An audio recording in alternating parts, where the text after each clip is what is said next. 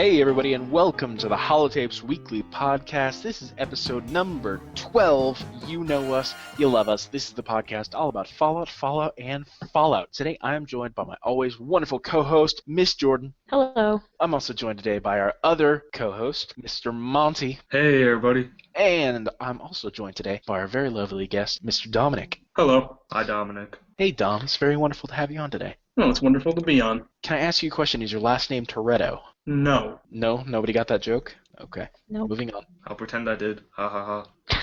It's a Fast and the Furious reference. I've never seen one of those movies. You've never seen either. Fast? Okay then. Get We're that gonna high move five, on. Monty. Today, why did I say today? This week, your today's weekly dollar. If you don't know what the weekly dollar is, we suggest a charitable cause. You find a charity that you like, that you follow, and you appreciate how they're doing business, and you go and give some money to them, or to spread the word around and get some knowledge out here. And so here's what's going to happen. I'm going to suggest this week you give to some science education. Science education is extremely important. The world does not have enough scientists, teachers, engineers, mathematicians, so pick a science or a category of math and find a charity that helps to promote it in some way, shape, or form. Yeah? Yeah. Yeah. We need to get microfusion cells to be a Science. real thing. And Hell Batman. And Batman. Less nuclear explosions, more microfusion cells. Exactly. Hey. So how's everybody doing today? Fucking peachy. Okay then. Apparently better than Monty. Impressive. Jeez. Dom, how are you doing? Oh, I'm doing just hunky-dory. Just hunky-dory. All right. Well, as always, we're going to start off this podcast by answering some fan questions. Is everybody ready? I'm Hell readier yeah. than a Brahmin in an open field on a Sunday. That made no sense whatsoever. Polite Chap, at some Polite Chap on Twitter, asked, "Hey, Holotapes Weekly, what is your favorite NPC or follower in both Fallout 3 and New Vegas, that is?" And he also says, "Hope you are all doing well." So, who's your favorite follower or NPC? Go. Oh wait, follower and NPC or either Follower one? or NPC. Well, I'd say in Fallout 3, my favorite NPC has to be Three Dog. I mean, come on. He's Three Dog. He's the greatest voice actor in the world, Eric Tydellums. And then New Vegas, I'll go with the companion. I'll say Edie. Because I also want to question the fans. Do you guys call it ED or ED-E? I do I was called Eddie. Eddie, I say I call him Eddie. Beauty. but I Yeah, want to see, say it's like Edie to be correct. It's like half and half. Well, anyways. Jordan, what's your favorite? My favorite NPC / follower in 3 is unpopular opinion, but it's Moira. Oh my god, I hate her. Moira. Yep, She's Moira. a bitch. Why Moira? She's just so enthusiastic and willing to be alive. Like, Yeah, she's Her jokes are she terrible. has to die. her jokes are great, and Or no, her jokes are terrible. Her hair is I think they're ugly. hilarious. But anyway, and then in New Vegas, it's Cass. Cass. Cass, the Rose of Sharon Cassidy. Interesting. I think we can all agree that Cass is a pretty good character and a pretty good callback to, what was it, Fallout 2, right? Mm-hmm. She has an interesting past. Yes, she does. She's got heartaches by the number. Nobody has a dick that big. Not even Long Dick Johnson. Oh my god, that's my favorite line. I just remembered that I line. think just New Vegas has some really good characters. Like, They do. Anyways, Dom, go for it. In Fallout 3, my favorite follower is definitely Jericho, because when you first come out of the vault and you try, if you have a high enough speech strength, you can actually go up to him and like tell him off, and he goes, "What are you kidding me? A shit bigger than you, kid."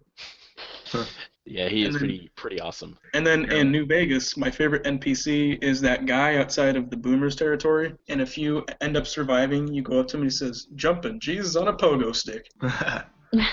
Jumping Jesus on a post. What about New Vegas? That is New Vegas. No. Boomers, that's yeah, the boomers. Oh, the Boomers. I'm sorry. My Yeah. brain had a little fry out there. obviously. Yeah.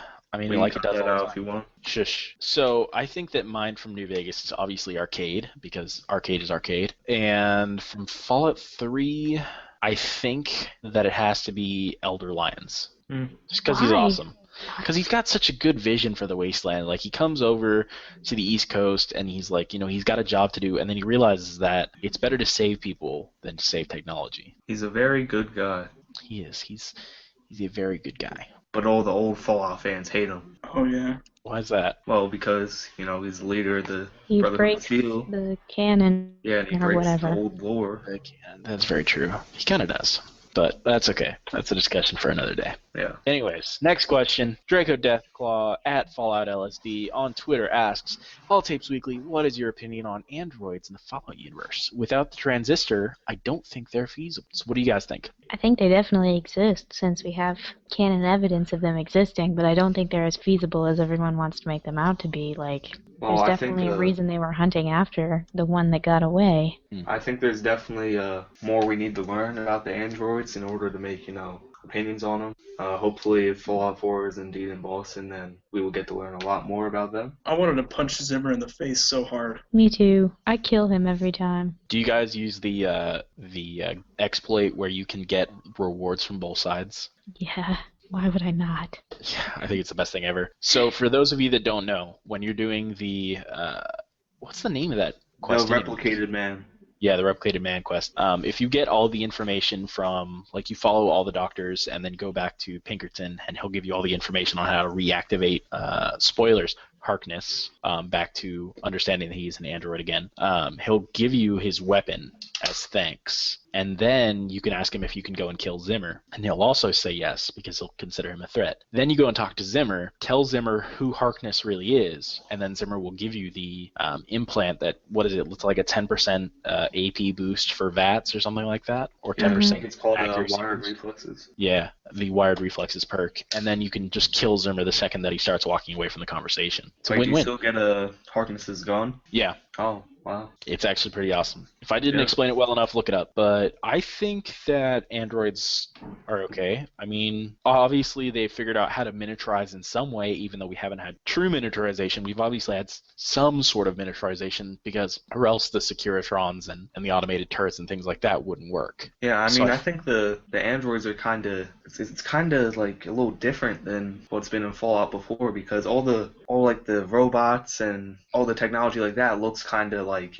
how the people in the 50s would envision it, like bulky and, big screens and such, like the Securitrons. But the androids apparently look exactly like humans, and when you kill them, like, I'm pretty sure blood comes out, so there's no Synthetic blood. Yeah, there's no apparent difference. So, I mean, I really want to see, hopefully in the next Fallout, how these things are made, and, like, how they managed to come up with that technology. Yeah, that's very true. Maybe the blood's just like tomato juice or something. Tomato paste. Yeah. Well, when you talk to Harkness, you just say that it's synthetic, so it probably serves some purpose within there. It could be a pneumatic system for extending and contracting muscles, or it could be like oil in cars, to loosen the gears or whatever. Yeah, that could also be it. But Lubricate. I mean, in all reality, we have no idea exactly how those androids work. It could just be that the Institute has found a way to create transistors on their own, which would be quite an incredible feat, to be honest. Yeah, and extremely selfish of them not to share. Well, I don't know. It depends on when they found the Institute. Yeah. Whether or not It would definitely be kind of weird. Yeah. Yeah, well, the Institute doesn't seem like people that would like to share, because It's very, very Dr. true. Zimmer didn't want that one android getting away. He didn't seem like a nice guy either. But again, we can't call Zimmer a good example of what the Institute is, because we've only seen one person, True. It could just be that he was, kind of an asshole who, hunted down after rogue androids. We just don't know for sure. But we're going to move on. Next question from CJ, at CJ Belanda on Twitter. Holotapes Weekly, do you believe in life after love? What a perfect little question for Valentine's Day.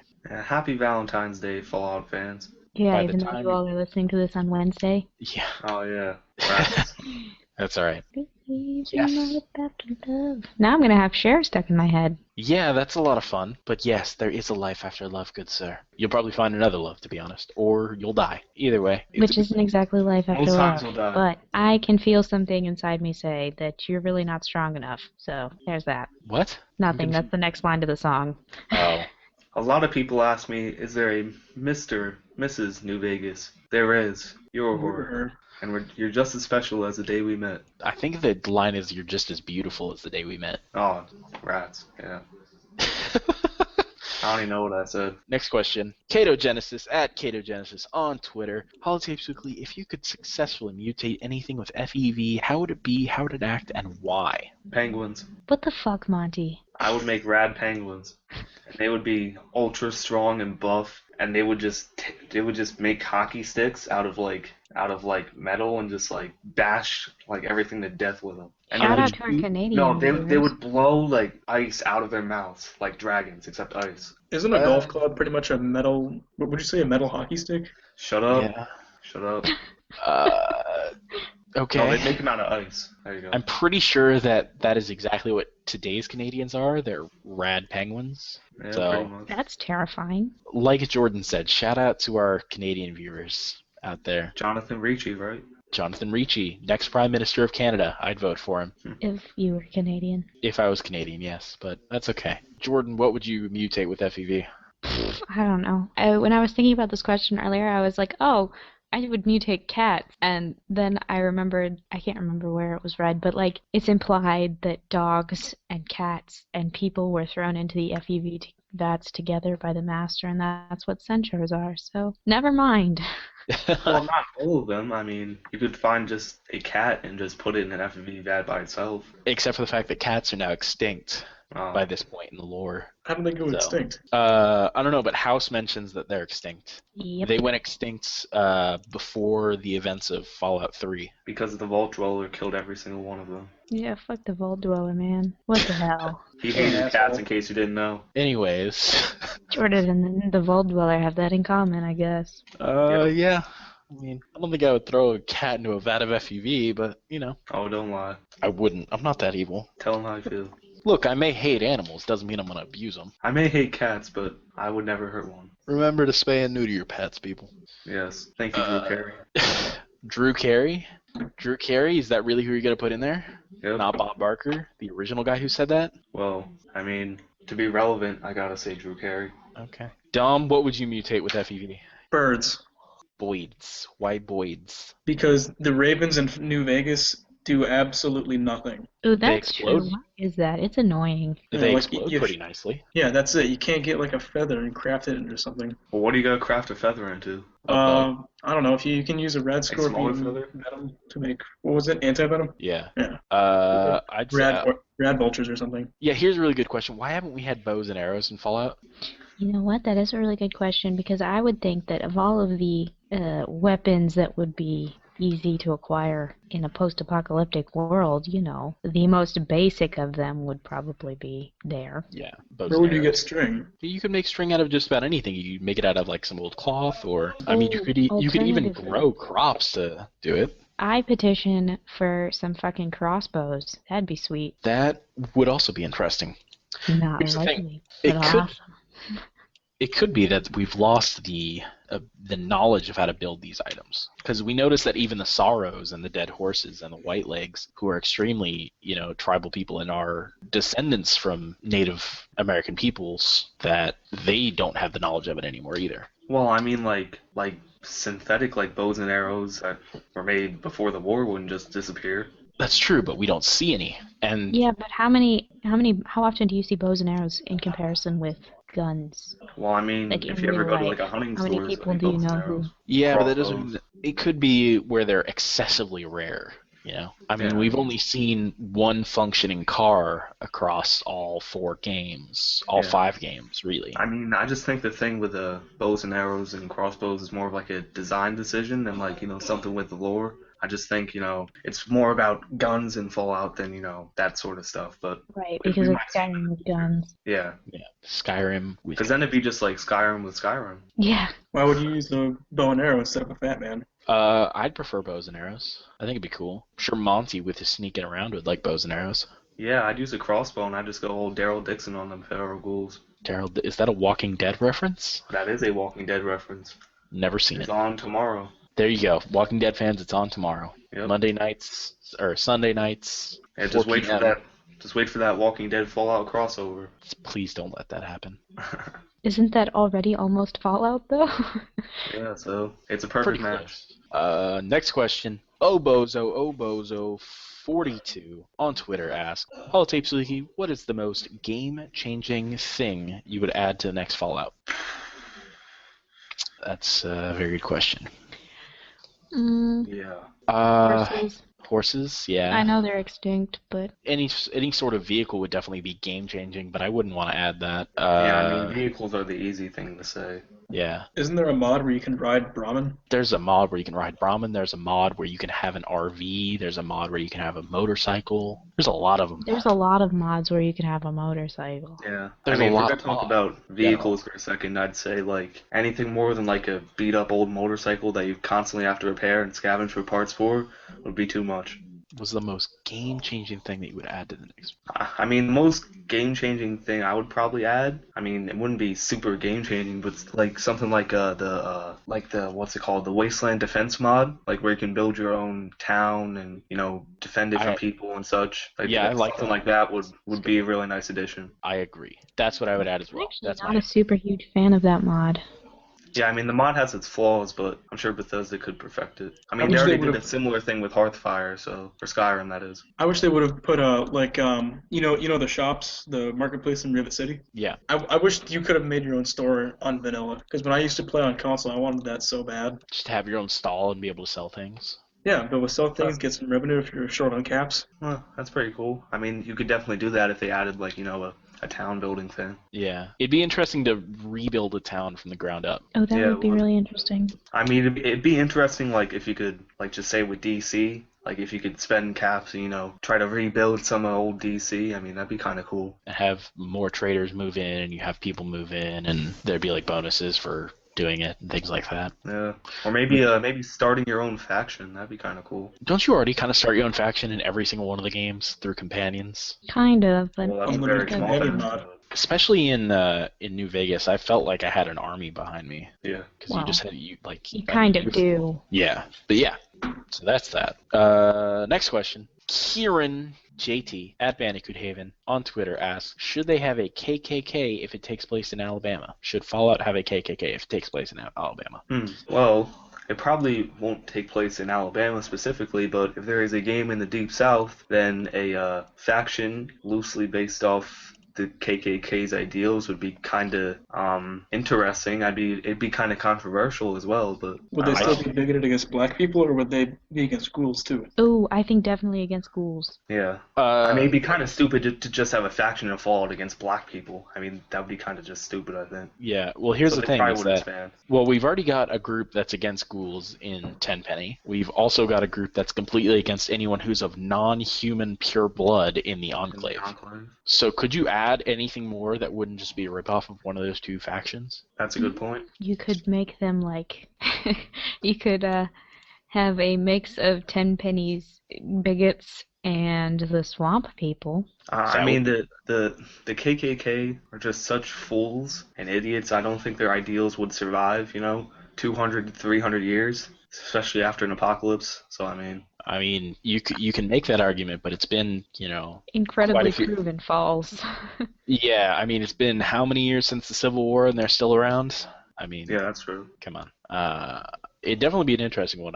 If they would have to be very, very careful about it, though, because or else I feel like they would just rip off of one of the other groups. I mean, Next question. It'd have to be. Oh, Oh, go ahead. well, I was gonna say it'd have to be more about hating people than hating like ghouls like the Enclave. They'd have to make that distinction. I mean, it'd be less about technology and shit. Maybe completely against technology. I don't know. Yeah, but then we just get back into the Fallout Amish. Oh yeah. Yeah, see what I mean? You have to be very, Force very of bones. careful. All right, next. How Ravenzalrus, at Ravenzalrus on Twitter, asks, how did creatures on the West Coast, rad scorpions, deathclaws, mole rats, come into existence on the East Coast? And I feel like this is a really easy question.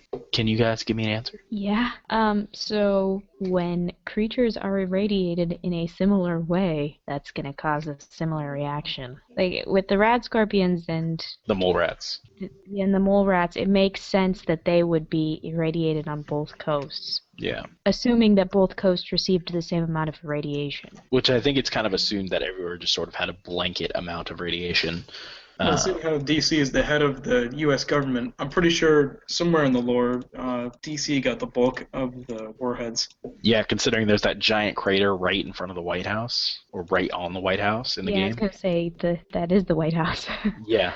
Yeah, and I think that the lore explanation for Deathclaws being on both sides is that when they were originally doing the experiments on Deathclaws, they found that they were not sterile as they thought they were going to be, and they ended up multiplying to the point that they just escaped and sort of spread. And Those if you want things to are really, fast as hell too, so they it are. won't take them long. And they basically survive anywhere. And if you want a really good example of how an invasive species can spread very, very quickly, did you know that most of the squirrels that you see in the U.S. are not native to the U.S.? They're actually native to Europe. And some guy brought a whole bunch of squirrels over and released them into the U.S., and they just spread almost immediately, all coasts, everywhere. Is What an this asshole. in real life or just Fallout? This is in real life. Oh, I'm giving you an example. Like that really happened. Yeah, there was a problem with rabbits in Australia. and Mhm. fire ants too. Someone brought fire ants over from Africa. Now we gotta deal with them. Yeah, I Don't mean, be a dick. Don't spread invasive species. pretty much.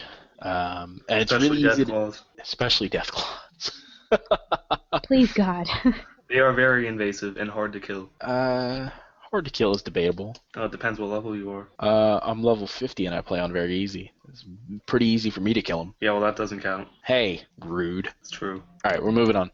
Next question, Mr. Gerald Camp. Hey, Gerald, how are you? At NCR Ambassador on Twitter says, okay, not sure when they arrived, but it could be more than a year. That's not a question. Did I fuck up? Wasn't he responding to someone else's question? Yeah, you that was a response. So we were talking about, I think it was the Midwest Brotherhood on Twitter was talking Yeah. about how they wanted to see the followers of the apocalypse in Fallout 4 if they were on the East Coast. And we were discussing about how they could get over there. So that actually leads us into today's topic, which is the followers of the apocalypse. So we actually have one more question, so we'll come back to that question, and we'll finish off with our last question, which is from Jordan's little sister, Katie Brennan. Hi, Now Katie. everyone knows my last name. All right.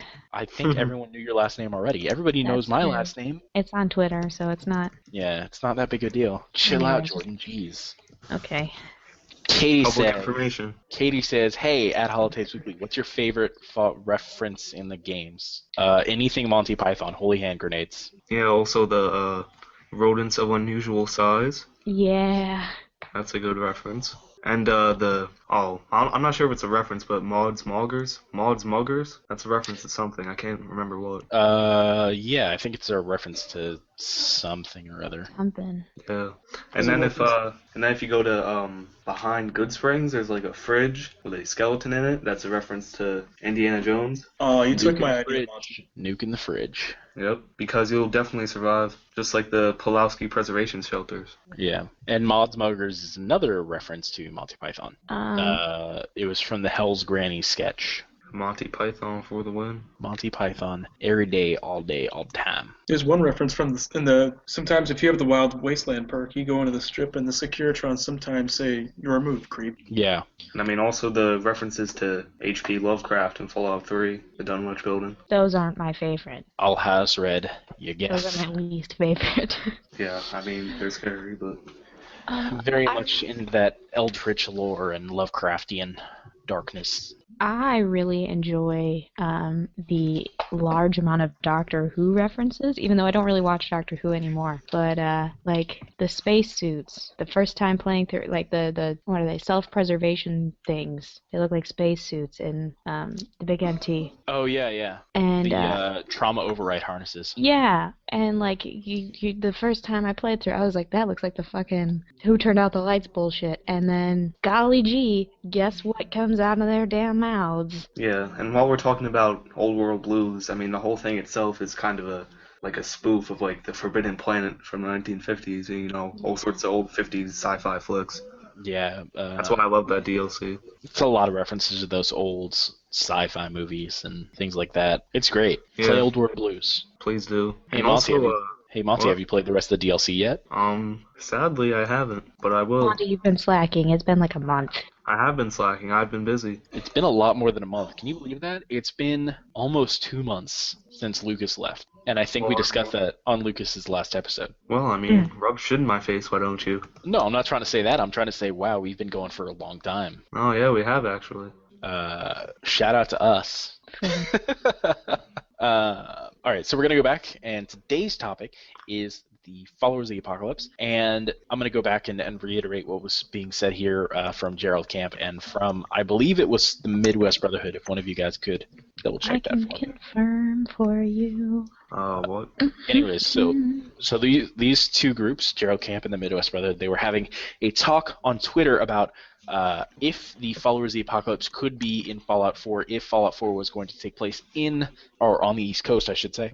Would it be possible for the Followers of the Apocalypse to get from where they were in New Vegas all the way over there within a reasonable amount of time? Probably not. Because, I mean, if the next game were to take place within at least 50 years or so of Fallout 3, which it probably will, because they don't want to go too far in the future, because then it wouldn't be kind of Fallout-y. I mean, it'd just be kind of hard for them to do that. I mean, it would have been possible if they came before with, like, the Brotherhood to the East Coast. They could have made that work, but they didn't do that, so I'd say no. Yeah, and let's talk about that, is the fact that we saw them in Fallout 1, and then they were gone in Fallout 2 and so everyone thought that they had they were taken hostage.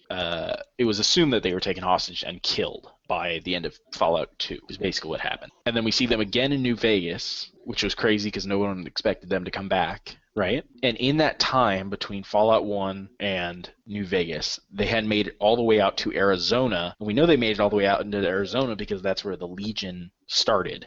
And we know that Edward Swallow, who became Caesar, was in the Followers of the Apocalypse and started his journey in Arizona. So we know they're at least as far out as Arizona. Insert audio problems here. Oh, okay then. Barking dogs. We're going to cut that out. Alright, those weren't my dogs. Okay. Yeah. That's okay. Anyways. My dogs aren't that loud. Bark, bark. Bark, bark. I've Wait, what are we completely talking lost about? my head. I've completely lost my head. You're talking my about God. how Caesar was originally part of the. Wait, Jordan lost his head. We Shut better up. find it. Shut up. The more that we go off topic, the more I have to cut. Oh. We were talking about how Caesar was originally part of the Followers of the Apocalypse, Right.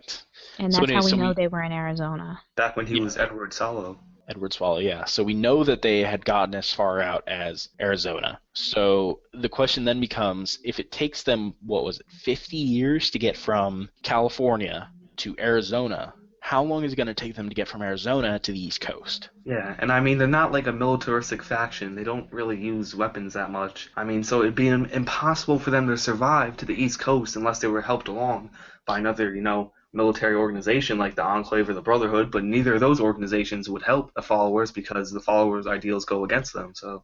But who knows? We may get another faction in 4. Yeah. Like, Well, I mean, especially, I I'm mean, hoping we get I love another talking faction about, in 4. Fallout 4 in Boston because, if it is in Boston, then the Institute, they have a lot of technology, so I'm sure we'll see another organization similar to the Followers, which wants everybody to have that technology. And that brings up something else that we have to talk about, is that there was an announcement from Bethesda recently. Yeah, it's big news. That Bethesda is going to have their first E3 event. Which is June very, very 14th. great. June 14th. It is Crew big. 2. This is pretty much a confirmation that an announcement will probably happen. It's not a sure bet, but it'll probably yes. happen. An announcement It's as likely for as a thing as we could hope. Yes, there are quite a few things that they can announce. They could be talking about Dishonored 2. They could be talking about Fallout 4. They could be talking about Doom 4. They could be talking about The Elder Scrolls Online. Even a new Wolfenstein we could be seeing. Oh, We just don't know. But I mean, most likely, they wouldn't have a big showcase at E3 without, hearing what Bethesda Game Studios is up to. Bethesda Game Studios are their flagship developers. They're the studio for which they're known for. They're not known for Wolfenstein. They're not known for Dishonored. They're not even known for Doom. They're known for Fallout and Elder Scrolls. So Yeah. if they didn't show one of those two series and what those series are up to, then that would be a huge disappointment for them. It may, and we may not even be seeing one of those games. We could even just be seeing, they could be talking about the development of their new engine, and then they'll talk about their games later, which is something that they could also be doing, is because... Well, we is don't know entirely- anything about a new engine yet. This is true, but they could be working on a new engine that they're going to be showing They off. could be. But hopefully they would show how the engine is working in new games, thus announcing new games. Correct. But anyways, we're not going to speculate on that, but it was just something that it Yeah. needed to be brought up because we know everybody's very excited about it. Yeah, it's And really all aboard the exciting. hype train. I'll be pissed if Yeah. it's a new Elder Chew, Scrolls game. chew, motherfucking chew.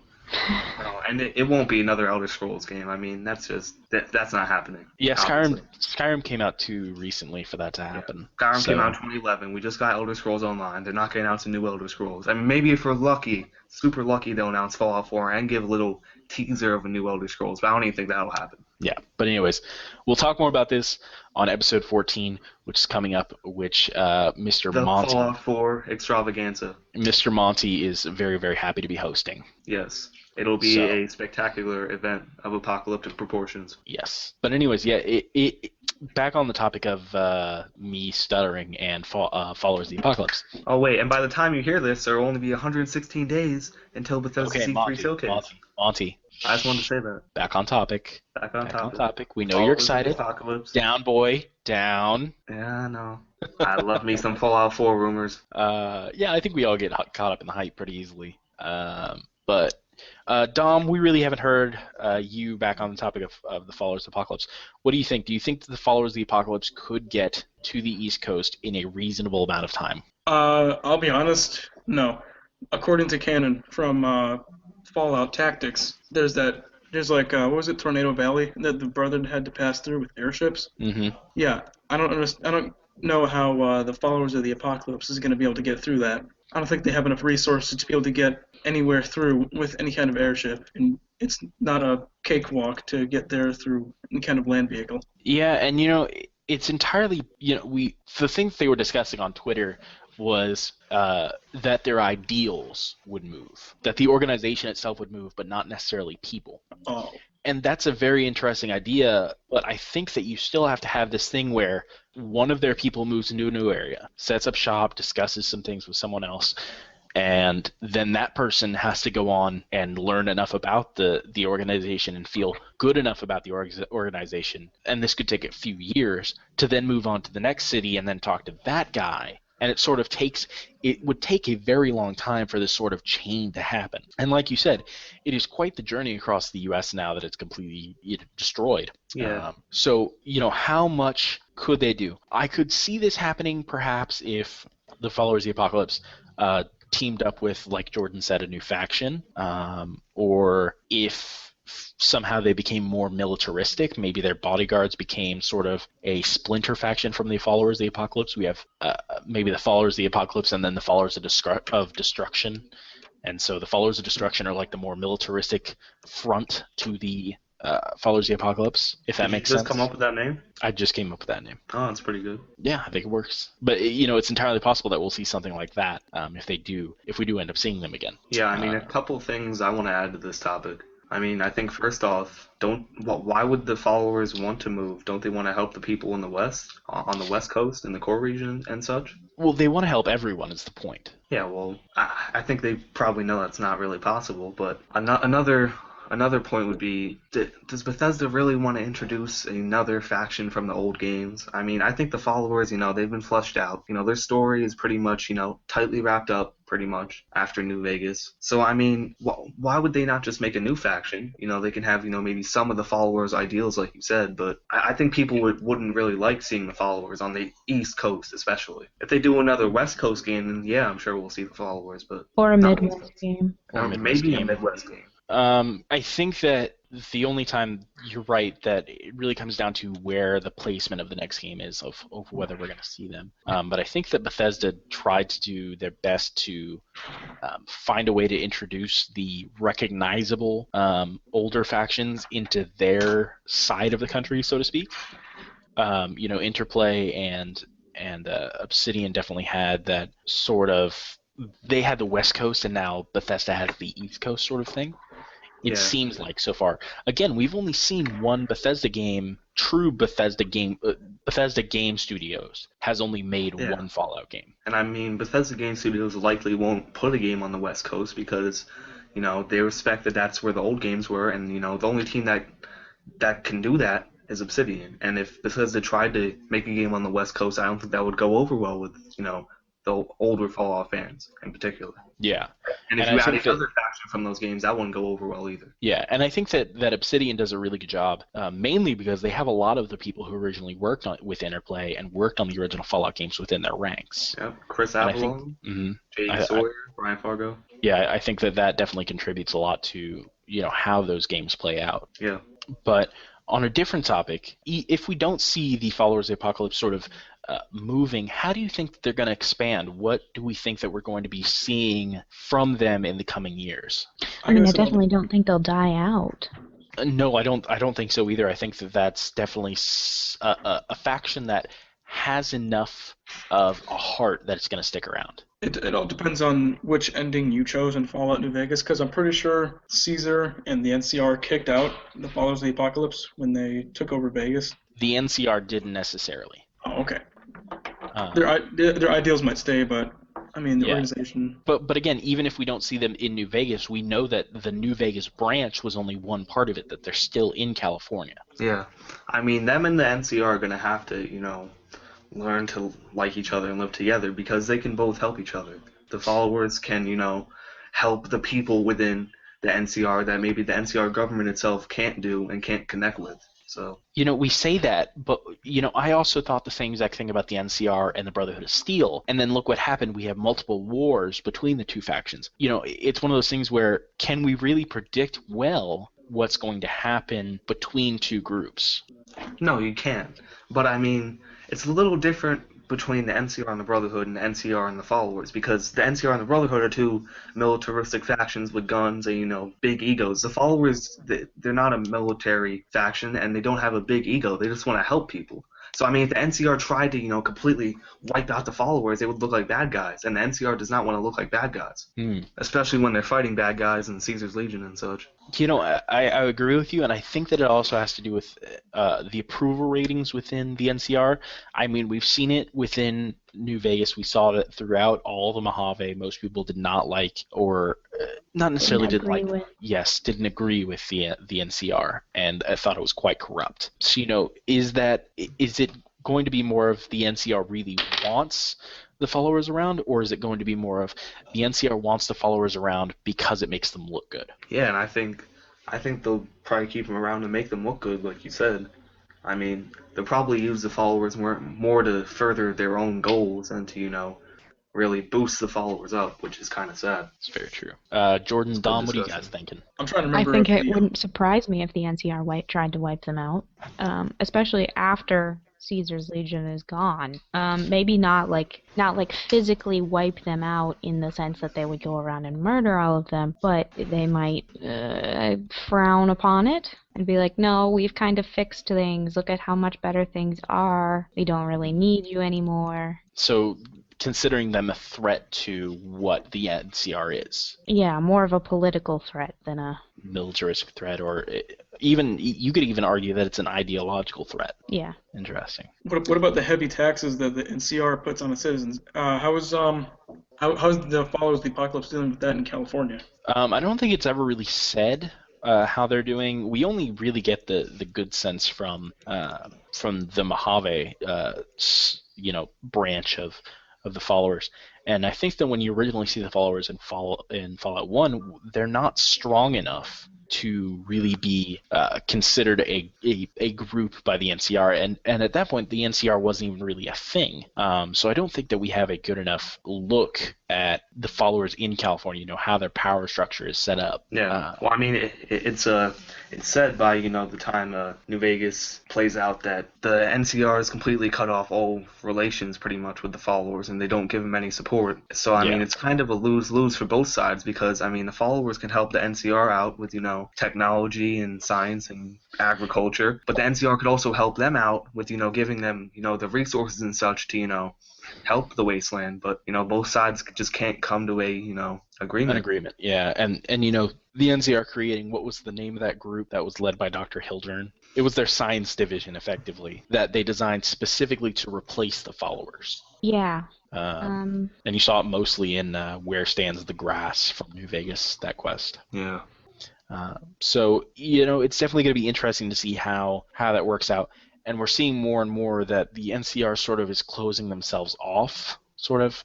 They want to expand, but they don't like the ideas of having other groups within their reach, sort of. Yeah, I mean, we could talk for like a whole podcast about the NCR and their ideals and whether they're right or wrong, but the NCR really wants to create kind of, what the old world United States was. And, the the old world United States, especially in Fallout, wasn't, a very, high, Accepting. yeah, very accepting, moral country. So, I mean, well, when you want to, create this whole semblance of law and stuff, it kind of excludes a lot of people. Jordan, the department was called the Office of Science and Industry, and Thomas Hildren was actually a follower of the Apocalypse before joining. Yeah, that's what I thought. It doesn't explain why he's such a douchebag. Not even a little bit. Yeah.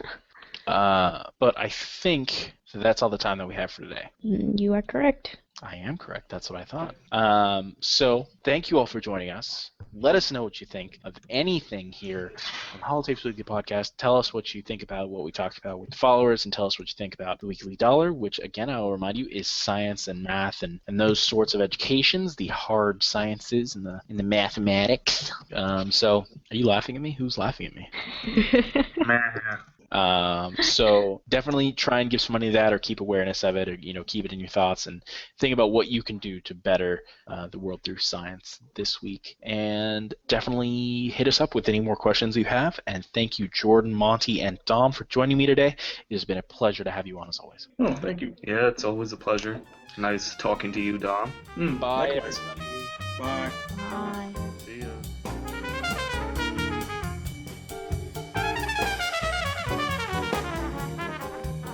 Oh, I forgot I have to hit the button. Haha.